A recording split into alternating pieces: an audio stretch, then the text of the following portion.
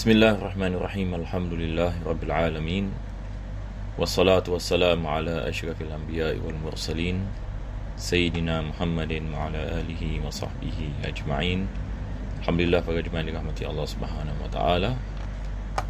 InsyaAllah kita akan meneruskan pengajian dalam kitab Fathul Qarib, dan kita berdoa kepada Allah Subhanahu wa taala, mudah-mudahan Allah menjadikan pengajian ini sebab pengampunan bagi segala dosa, dan Allah mengabulkan segala hajat dan menjadikan kita di antara hamba-hamba yang bertakwa. Amin ya rabbal alamin. Jadi insya-Allah taala, tanpa ini kita membuang masa, insya-Allah kita terus masuk ini kepada kitab. Jadi insya-Allah pada hari ini kita akan masuk ini kepada hukum ahkam ini yang bersangkut paut ini dengan merujuk kembali kepada pernikahan. Sebelum ini kita masuk dalam bab ahkam raj'ah, sebagai ini sedikit ini ulang kaji bagi pengajian kita ini yang lepas, kita membicarakan berkenaan dengan menggantungkan talak.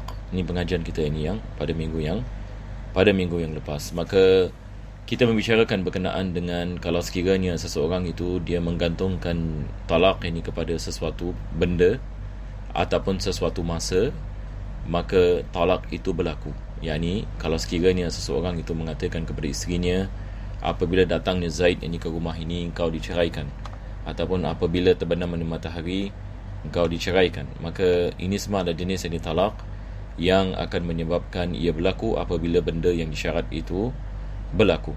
Iaitu kalau sekiranya terbenam matahari, maka isterinya cerai. Begitu juga kalau datang ini orang ini namanya Zaid, seperti mana yang disebutkan. Jadi akhir sekali juga kita membicarakan ini berkenaan dengan paksaannya, berkenaan dengan kalau sekiranya seseorang itu dipaksa untuk dia menceraikan, kalau sekiranya dia tidak dapat melarikan dirinya, dan kalau dia tidak melakukannya, dia tahu yang dia akan menghadapi banyak kemudaratan dan boleh menyebabkan maut ataupun boleh menyebabkan hartanya binasa dan musnah, maka dia menceraikan, maka ini tidak menjadi penceraian walaupun ini dia menceraikan, sebab kita mengatakan dia dipaksa. Begitu juga penceraian yang datang daripada budak yang kecil, orang gila, semua kita mengatakan yang ini tidak sah penceraian mereka, melainkan kalau sekiranya dia mabuk dengan sengaja. Kalau sekiranya dia mabuk dengan sengaja, ini juga kita membicarakan, maka apa kita mengatakan jatuh yang ini talaknya.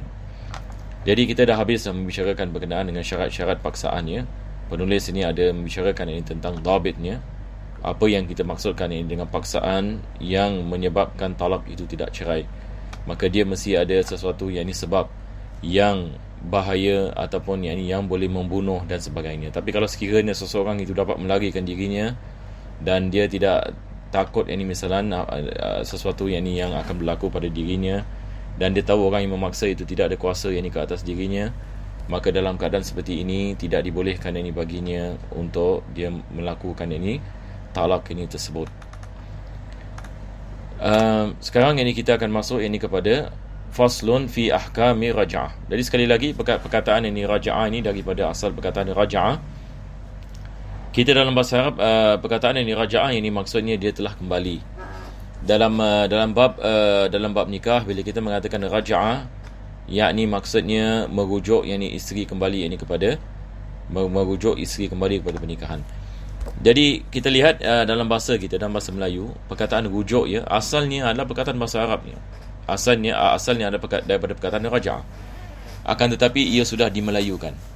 Jadi bila kita mengatakan dalam bahasa Melayu, saya merujuk isteri kembali kepada pernikahan, maka ini adalah lafaz rujuk yang asalnya merupakan dalam bahasa Arab. Jadi asal daripada perkataan raj'ah, iaitu dia telah kembali. Maka penulis seperti biasa memulakan bab ini dengan menerangkan bahasa, makna dari dalam segi bahasa, dalam segi istilah. Maka dia mengatakan wa raj'atu bi fathi ra. Yang pertama sekali dia mengatakan dengan fathah kepada huruf ra, yakni raj'ah, bukan rij'ah. Wa hukiya kasruha, tetapi ada sebagian orang mengatakan boleh kalau kita mengkasarkan ra-nya dengan kita mengatakan rij'ah. Tetapi yang masyhur adalah raj'ah dan bukan rij'ah. Wa hiya luratan al-marratu min ar-ruju'. Dalam segi bahasa, bila kita mengatakan raj'ah, yang ini maksudnya satu kali kembali. Yang ini kita mengatakan dalam bahasa Arab ini ismul marrah.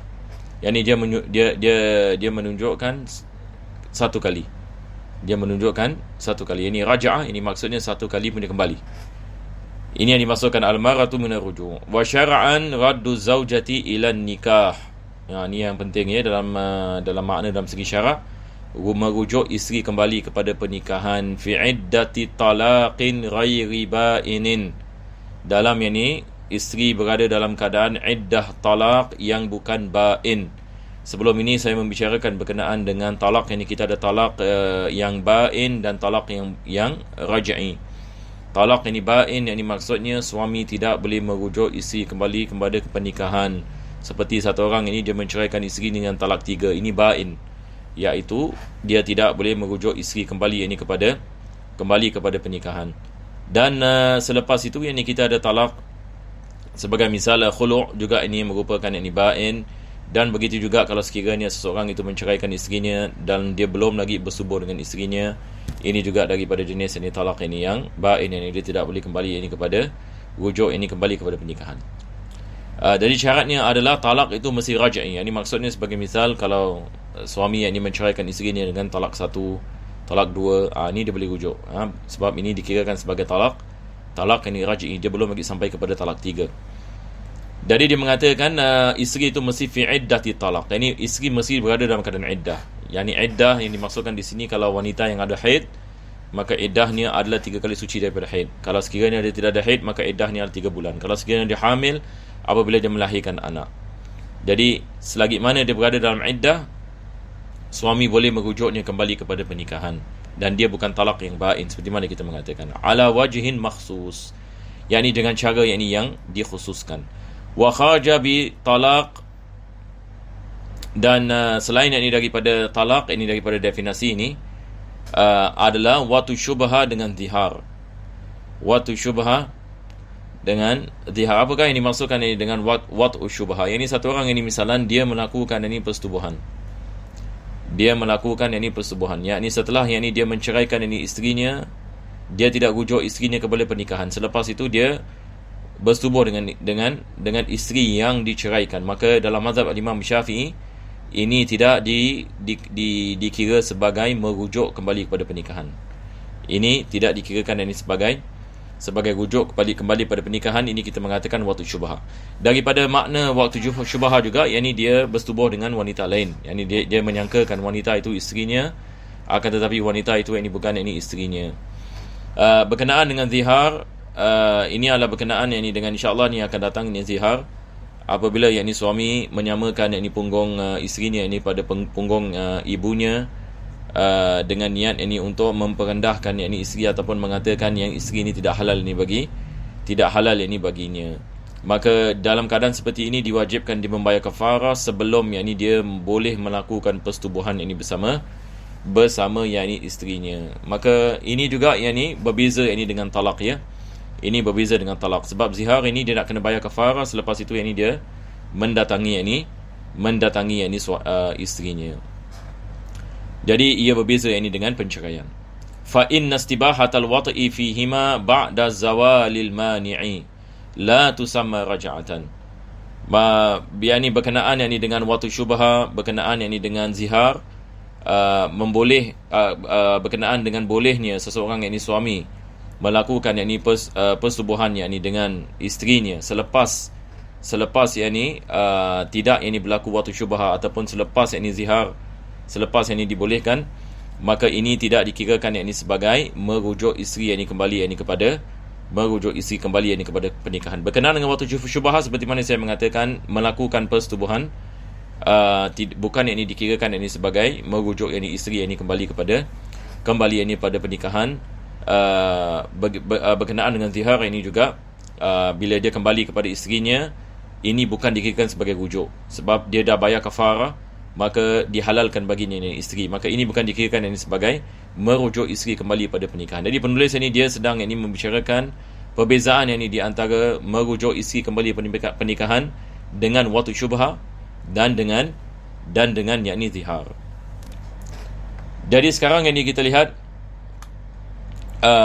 dia memberikan misal, wa idza tallaqa syakhsun imra'atahu wahidatan aw isnatain.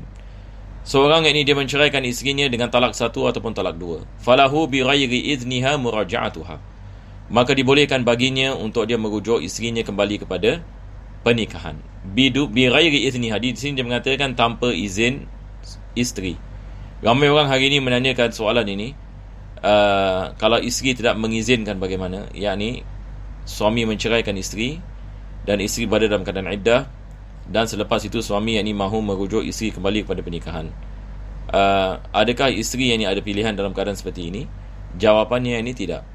Jawapannya adalah tidak. Ini berdasarkan nas daripada Al-Quranul Karim. Ada orang menyangkakan ini ijtihad ini ulama. Bahkan ini adalah nas daripada Al-Quran. Allah mengatakan wa bu'ulatuhunna ahaqqu biraddihinna. Wa bu'ulatuhunna ahaqqu biraddihinna. Yakni suami-suami mereka lebih berhak ini untuk merujuk mereka kembali ini kepada pernikahan. Malam tanqadi iddatuha. Selagi mana iddahnya yang ini tidak habis. Melainkan kalau iddahnya dah habis, ini misalnya selepas 1 tahun ini misalnya dia nak rujuk isi kembali, kita mengatakan tidak dibolehkan. Dia nak kahwin lagi sekali. Wa tahsulu raja'atu minan natiqi bi alfadhin. Sekarang ini penulis ini akan membicarakan yang berkenaan dengan lafaz-lafaz merujuk. Ini seperti mana dalam talak ini kita ada lafaz-lafaz talak, kita ada lafaz yang sarih, lafaz yang kinayah. Rujuk pun kita ada sarih dengan kinayah.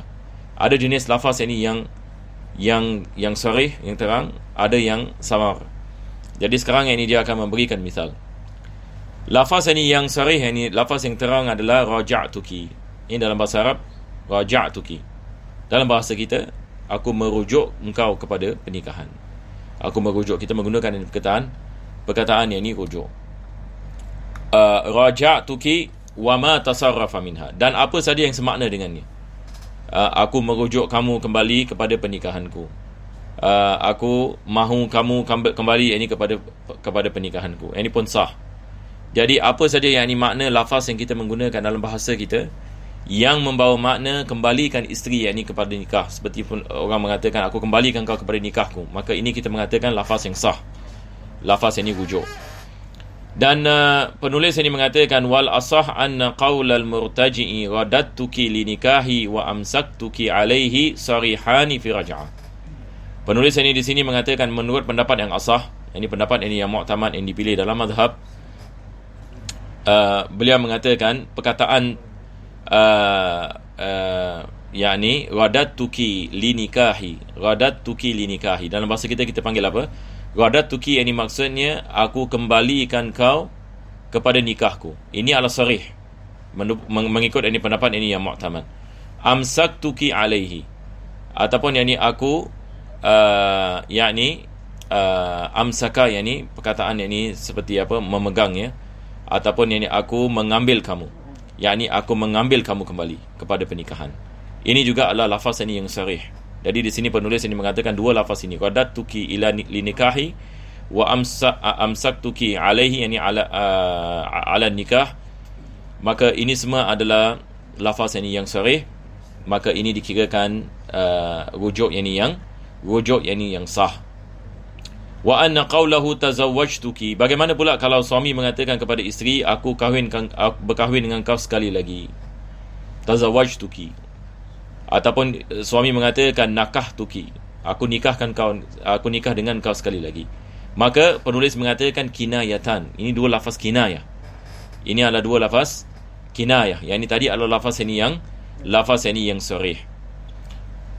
Wa syartul murtaji'i in lam yakun muhriman ahliyatun nikahi binafsihi wa hina izin fatasihu raja'atu sakran la raja'ata al-murtad. Maka penulis ini mengatakan berkenaan ini dengan syarat ini orang ini yang melakukan ini rujuk adalah yang ini dia mesti ada keahlian. Dia mesti ada keahlian ini di dalam melakukan ini rujuk ini tersebut. Maka penulis ini mengatakan sah yang ini kalau sekiranya seseorang itu yang ini mabuk, dia merujuk ini isterinya kembali ini ke pernikahan. Akan tetapi kalau sekiranya seseorang itu na'udzubillah min zalik, dia murtad, ataupun yang ini budak yang kecil yang belum baligh, ataupun yang ini orang yang gila, maka tidak sah yang ini rujuk mereka. Apa sebabnya? Sebab yang ini mereka yang ini bukan yang ini ada yang ini keahlian yang ini bagi yang ini pernikahan. Berbeza yang ini dengan orang yang safih dan hamba. Maka rujuk mereka merupakan rujuk yang sah walaupun tidak mendapatkan keizinan daripada wali mereka ataupun daripada tuan mereka. Jadi di sini penulis ini mengatakan kalau sekiranya seseorang itu dia rujuk isteri kembali kepada pernikahan, maka apa yang penting adalah dia mesti ada keahlian untuk melakukan rujuk. Jadi dia bukan seorang budak yang kecil, dia bukan orang yang gila. Akan tetapi kalau sekiranya dia akalnya lembab seperti Safi ini adalah orang yang dia bukan gila tetapi dia lembab, akalnya lembab, maka rujuk daripadanya merupakan sah. Begitu juga dengan orang yang mabuk, maka sah rujuk mereka. Akan tetapi kalau sekiranya seseorang itu sudah murtad, maka ia tidak sah. Apa sebabnya? Sebab dia bukan dikirakan sebagai muslim lagi, maka rujuknya tidak tidak akan menjadi sah. Maka pernikahannya merupakan pernikahan yang difasahkan. Jadi insya-Allah taala kita berhenti di sini untuk pada hari ini, dan kita akan meneruskan pada minggu yang akan datang.